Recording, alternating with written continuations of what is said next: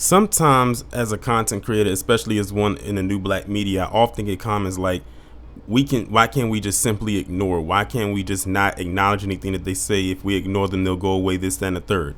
And I've continuously told people, even if I was to go a long time about talking about a person or even a particular issue, it doesn't mean that it's going to simply just go away.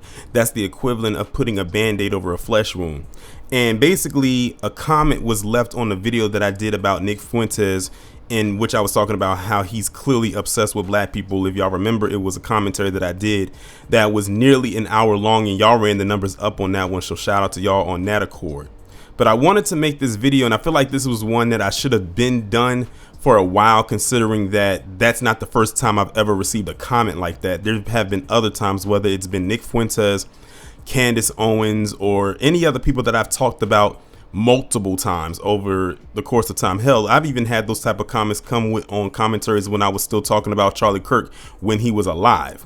So I wanted to make this commentary and basically talk about why black America can't just afford to ignore white supremacy, or as I like to call it, live in la la land. So this is another deep dive. So what happens when you ignore a threat that has always been there? What happens when black Americans choose to look away from white supremacy? That is not just a thought experiment. It's a matter of survival, because history shows us that we ignore white supremacy and those who carry it out. It just does not disappear. It ends up growing stronger. A mindset has developed among some of black Americans that says if you ignore racists, they will ignore you. The idea that is that not by engaging, by not giving them power, quote unquote, or by focusing only on positivity, somehow the system of white supremacy will lose its grip. But the truth of the matter is that white supremacy is not passive. It doesn't sit quietly waiting for attention. It is systemic, it is institutional, and it is generational. I mean, think about it.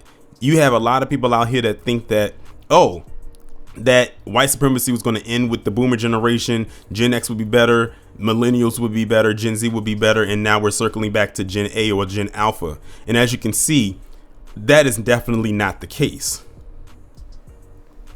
It is institutional, it is generational, like I said, and ignoring it just does not protect us. It actually makes us more open and vulnerable to its attacks. Let's take a look at history. During the Jim Crow era, black people who minded their business, worked hard, and played by the rules were still lynched. Respectability didn't shield them. In fact, many were targeted because they tried to succeed within the system. Fast forward to the civil rights movement. Voting rights, fair housing, and desegregation didn't come from ignoring oppression. They came from confronting it directly, from organizing, protesting, and calling it out for what it was. And even in modern times, we've seen the Charleston Church Massacre or the Buffalo supermarket shooting. These were people worshiping, shopping, and simply living life, not confronting anyone, yet they were still targeted because white supremacy doesn't need a reason beyond its own hatred. One of the most dangerous things about ignoring white supremacy is that it doesn't stay still, it evolves. From slavery to Jim Crow to mass incarceration to modern day voter suppression and racial violence, it changes shape, but it never disappears. When we look away and when we downplay it, we allow it to adapt and grow unchecked.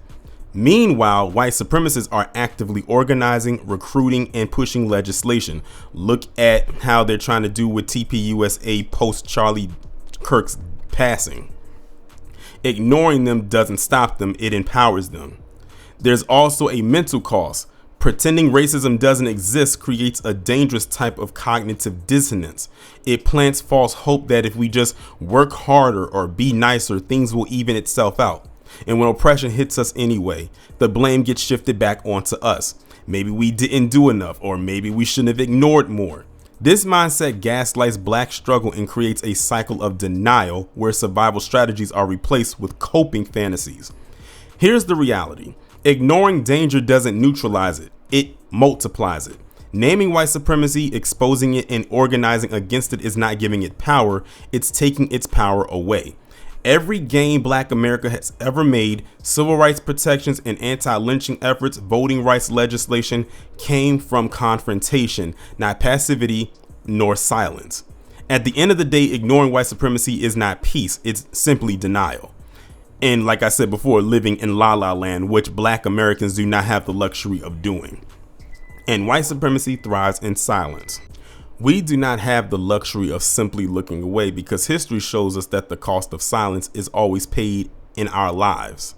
Our survival, our progress, and our freedom depend on seeing white supremacy clearly and for what it is, and resisting it boldly. Y'all let me know what y'all think about this down in the comments, and I will talk to you in the next one.